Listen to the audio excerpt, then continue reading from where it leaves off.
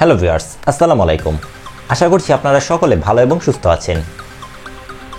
যশোর নড়াইল রুটের জনপ্রিয় অপারেটর লিটন ট্রাভেলসের বহরে যুক্ত হলো ব্র্যান্ড নিউ টাটা এলপিও 1616 মডেলের নন এসি বাস। ঈদ উপলক্ষে বহরে যুক্ত করা এই 2 ইউনিট বাসে কি কি ফিচার্স থাকছে, বাসগুলোর বডি কোন গ্যারেজ থেকে করা হয়েছে ইত্যাদি আজকের ভিডিওতে বিস্তারিত জানানোর চেষ্টা করব। আশা করছি পুরো ভিডিও জুড়ে আপনারা সাথেই থাকবেন।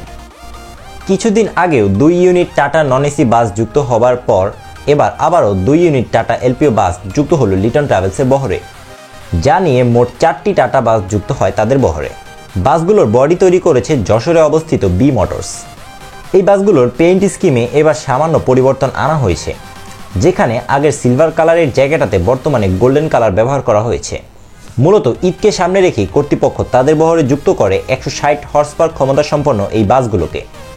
ঢাকা থেকে ঝিকরগাছা অথবা নড়াইল হয়ে বেনাপোল রুটে সার্ভিস দিবে এই বাসগুলো। এই বাসগুলোতে লাক্সানা বা অন্যান্য অদ্ভুত শেপ ব্যবহার না করে ক্যাপসুল শেপ ব্যবহার করার জন্য নিঃসন্দেহে প্রশংসার দাবিদার বি মোটরস। এবার আসা যাক ইন্টেরিয়রের ব্যাপারে।